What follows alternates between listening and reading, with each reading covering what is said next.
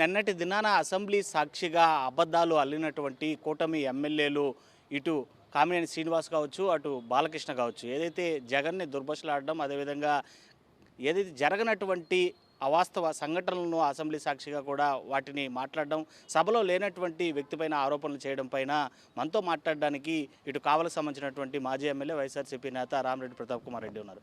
Sir, నిన్నటి దినం చూశారు మీరు అసెంబ్లీ. ఏ విధమైనటువంటి పదజాలం ఉపయోగిస్తూ కూడా ఒక మాజీ ముఖ్యమంత్రి అని కూడా చూడకుండా ఒక సైకో అని మాట్లాడడం, అదేవిధంగా సినీ ఇండస్ట్రీకి సంబంధించినటువంటి ప్రముఖులను పిలిచి అవమానించారని చెప్పి మాట్లాడినటువంటి పరిస్థితి ఇటు కామినేని శ్రీనివాస్. అదేవిధంగా మరోవైపు బాలకృష్ణ అదంతా అబద్ధాలని చెప్పడం, ఇతను మరికొన్ని అబద్ధాలు జోడించడం. ఏ విధంగా చూడాలి సార్? ఇది నిజంగా చూస్తే కామినేని శ్రీనివాసరావు గారు కావాలని ఇష్యూని పెద్ద చేయని చూడటం నిజంగా ఈరోజు కూటమి ప్రభుత్వానికే ఒక దెబ్బ అయింది. ఎందుకంటే బాలకృష్ణ గారు దానికి సమాధానం ఇస్తూ రెస్పెక్ట్ అనేది కాకుండా చిరంజీవి గారిని సంబోధించటం, అది కూడా అసెంబ్లీలో ఆయన చూసినా కానీ, ఆయన వాయిస్ విన్నా కానీ ఆయన సరైన స్థితిలో లేనట్టు అనిపిస్తూ ఉంది, కంట్రోల్లో లేనట్టుంది. ఆ విధంగా అసలు ఫస్ట్ ఆఫ్ ఆల్ అసెంబ్లీకి రావటమే పెద్ద తప్పు. కంట్రోల్లో లేదంటే ఏం ఏం చెప్పదలుచుకున్నారు సార్? అంటే ఏ విధంగా ఉన్నారనేసి. మామూలుగా మద్యం సేవించి వచ్చినట్టు అనిపిస్తోంది జనాలందరికీ. నేను చూశాను, ఆ విధంగా అనిపించింది. అనిపించడమే కాకుండా చిరంజీవి గారిని రెస్పెక్ట్ లేకుండా మాట్లాడటం, సంబోధించడం, ముఖ్యంగా ఒక గతంలో రాష్ట్రాన్ని 5 సంవత్సరాలు పరిపాలించిన జగన్మోహన్ రెడ్డి గారిని ఆయన సైకో అంటాం అసలు ఎంత మాత్రం సబబని కూడా తెలియదు. ఎందుకంటే బాలకృష్ణ అంటే జగన్మోహన్ రెడ్డి గారికి చాలా రెస్పెక్ట్ ఉండేది. అందులో జగన్మోహన్ రెడ్డి గారు బాలకృష్ణ ఫ్యాన్స్ అని కూడా చెప్తూ ఉంటారు. అటువంటి జగన్మోహన్ రెడ్డి గారిని, ఒక ముఖ్యమంత్రిగా ఉన్న వ్యక్తిని ఆయన ఆ విధంగా అసెంబ్లీలో ప్రజలందరూ చూస్తున్న సందర్భంలో లైవ్ వస్తుంటుంది కాబట్టి దాంట్లో ఆయన ఆ విధంగా సంబోధించడం కూడా కరెక్ట్ కాదు.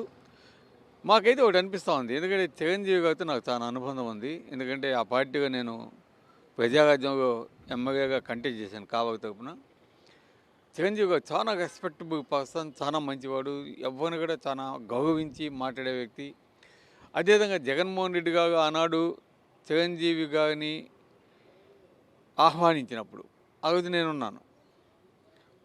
అదేవిధంగా వాళ్ళందరినీ కూడా చాలా మర్యాదగా తీసుకొని పోవటం, కూర్చోబెట్టుకోవటం, మాట్లాడటం, వాళ్ళంతా కూడా బయటికి కూడా వచ్చి చాలా బాగా మీటింగ్ జరిగిందని ప్రెస్లో కూడా మాట్లాడటం, అవన్నీ కూడా నేను ఆ రోజు అక్కడ జగన్ గారి ఆఫీసులో అక్కడ ఉన్నప్పుడు మేమంతా కూడా ఉన్నాము, చూసామన్నమాట. మీరే సాక్షి, అంటే మీరు అక్కడ ఉన్నారని చెప్తున్నారు కాబట్టి, ఏదైతే కామినేని శ్రీనివాస్ చెప్తున్నది, చిరంజీవి అక్కడికి చేరుకున్న తర్వాత జగన్మోహన్ రెడ్డి గారు కిందకి దిగి రాలేదు, చిరంజీవి పెద్ద కేకలు వేయడంతో అక్కడ రాద్ధాంతం చేయడంతో తిరిగి వచ్చారు అని, అంటే నిజమా సార్? ఇది మీరు సాక్ష్యంగా ఉన్నారు కాబట్టి అడుగుతున్నారు. వాళ్ళు ప్రెమిసెస్లోకి ఎంటర్ అయిన తర్వాత చిరంజీవి గారు ఇదంతా కూడా మొత్తం దగ్గర మేమంతా ఉన్నాము. అందరం కూడా కూర్చొని కొద్దిసేపు మాట్లాడుకున్నాము. చిరంజీవి గారు కూడా నన్ను ఐడెంటిఫై చేశారు, ఎందుకంటే ఆ పార్టీగా ఉన్నాను కాబట్టి ఎట్టనో అది ఇదని. తర్వాత వాళ్ళంతా మీటింగ్కి లోపలిపోయినప్పుడు అయితే లోపలికి నేను పోలేదు. ఆ తర్వాత మీటింగ్ విజువల్స్ అనేవి చూసాం, జగన్మోహన్ రెడ్డి గారు మాట్లాడింది చూసాం. చాలా రెస్పెక్టబుల్గా చిరంజీవి గారిని అన్న అని సంబోధించడం కావచ్చు, అదేవిధంగా రాజమౌళి గారిని కూడా అన్న అని సంబోధించడం కావచ్చు. అదేవిధంగా మీరంతా కూడా ఇక్కడ ఆంధ్రాకి కావాలా, మన సినీ పరిశ్రమ అభివృద్ధి చెందగా, మన వాళ్ళంతా బాగుండగా, మన ప్రాంతంలో కూడా సినిమాలు తీయగా, కొంత పార్ట్స్ అన్న ఒక 20-30% అన్న షూటింగ్ ఇక్కడ చేయగా, మీ అందరికీ కూడా ఏ స్థలాలు ఇస్తాము, మన ప్రాంతం అభివృద్ధి చెందద్ది, స్టూడియో నిర్మించుకునే స్థలాలు ఇస్తాము, ఇవన్నీ కూడా చెప్పే కానీ వాళ్ళు కూడా వచ్చి ప్రెస్ మీట్ చెప్పటం. అదేవిధంగా జగన్మోహన్ రెడ్డి గారి వాయిస్ని కూడా డైరెక్ట్గా మేము వింటామని కూడా అంత మర్యాదగా చాలా చక్కగా ఆయన ఆహ్వానించి అంత బాగా చేస్తే కావాలని దాని మీద దుష్ప్రచారం చేయాలని ఈరోజు ఈ విధంగా మాట్లాడటం.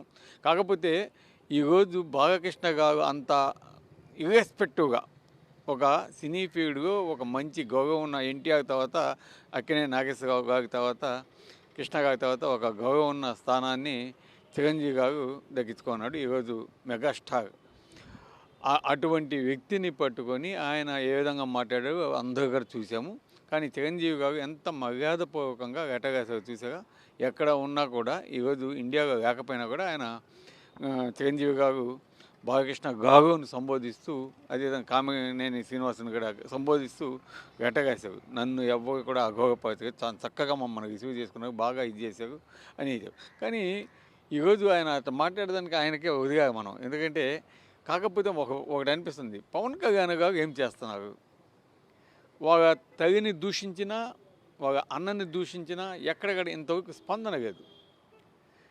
అదేవిధంగా జన సైనికులు ఈరోజు మెగా ఫ్యామిలీకి సంబంధించి మెగాస్టార్ చిరంజీవి గారిని ఆ విధంగా మాట్లాడితే ఈ జన సైనికులు ఏం చేస్తున్నారు?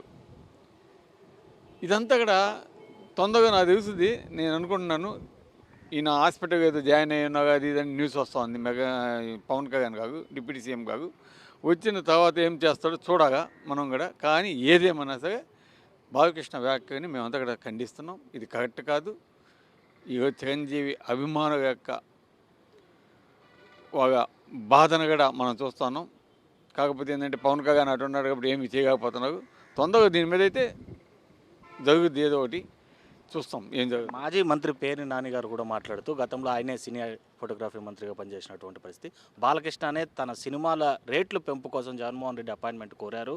అయితే జగన్మోహన్ రెడ్డి ఎంతో హుందాగా అంత స్థాయి గల వ్యక్తి, ఎందుకు నన్ను కలవాల్సిన అవసరం ఏంటంటే పని ఏంటో చెప్పండి, అదేదో చేసి పెట్టండి అని కూడా చెప్పినటువంటి గొప్ప మనసు గలటువంటి జగన్ని ఈ విధంగా దుర్భషలాడుతూ కూడా వాడు వీడియోని సంబోధించడం, సైకో అని సంబోధించడం ఎంతవరకు కరెక్ట్?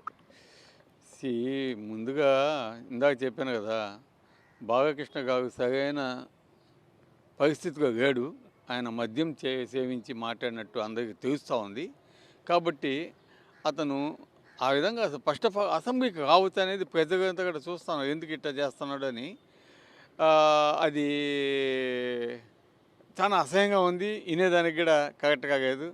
ఒక ఉన్నత స్థానంలో ఎమ్మెల్యేగా దాదాపు 3 సార్లు గెలిచిన వ్యక్తి ఆ విధంగా మాట్లాడటం కూడా బాలకృష్ణ గారు కరెక్ట్ కాదని మా యొక్క సందేశం. అదేవిధంగా ఆ సినిమా అఖండ 1 రిలీజ్ అయినప్పుడు కూడా వాళ్ళు పేర్ని నాని గారిని అడిగిన మాట వాస్తవం. ఎందుకంటే అంతా తెలుసు, అందరికీ తెలిసిన విషయమే.